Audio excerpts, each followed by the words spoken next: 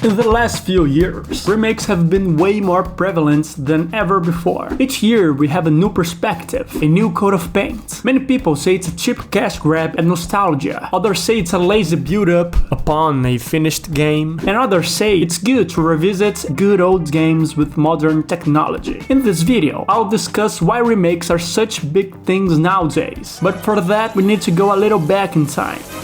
Once upon a time, the gaming industry was still finding mechanics and constantly evolving their technologies. New ideas, new ways to tell a story, and as years, generations, and new consoles came and went, the industry grew bigger each year until it became the most profitable entertainment media in the world. And again, as time passed, not only did more technologies, new possibilities, and new ideas came to fruition, but the nostalgia factor grew stronger as well. At the beginning of this remake movement, it had a legitimate feeling of making amazing games, to become better with new technologies and possibilities. As we can see, the Super Mario All-Stars for the Super NES.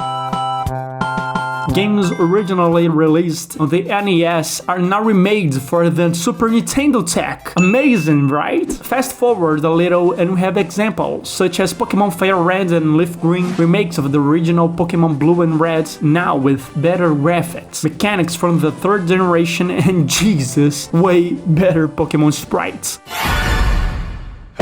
My god, this is not a god creature.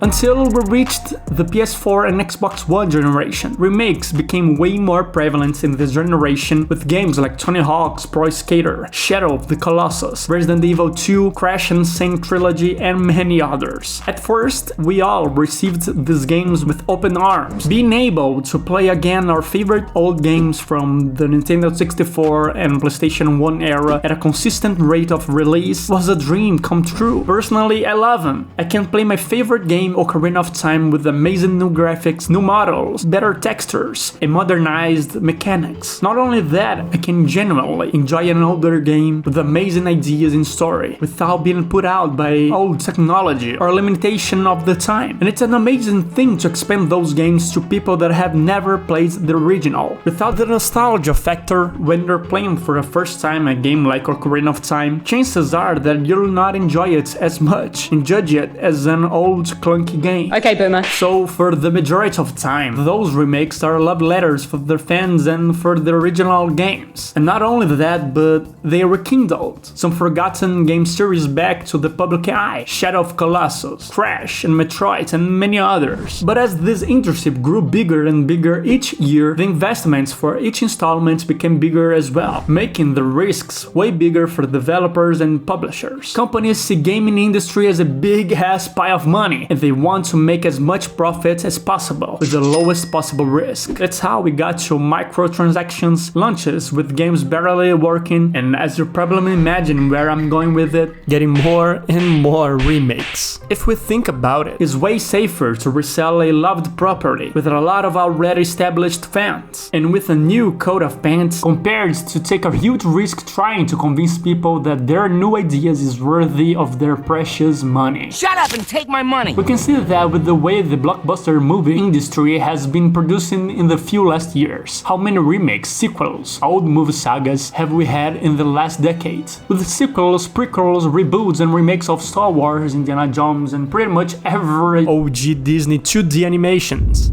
Well, I'm afraid games are going on the same path as Hollywood. Look, I'm not saying that all remakes are bad. Loved Resident Evil 2 remake, I'll buy the Dead Space remake and Resident Evil 4 remake. I bought the Shadow of Colossus one and love dearly my Ocarina of Time 3D. The point I'm trying to make is, I see our industry shifting the intention of a remake towards a way more dire future. A future that Hollywood paved, and we all agree for the majority of time is not that good anymore. Somehow Palpatine returned.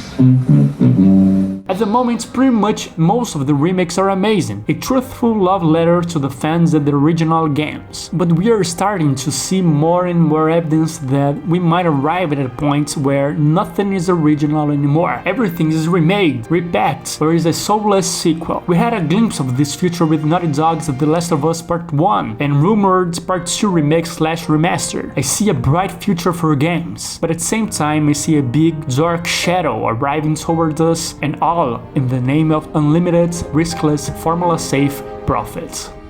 This is 2D, see you next time.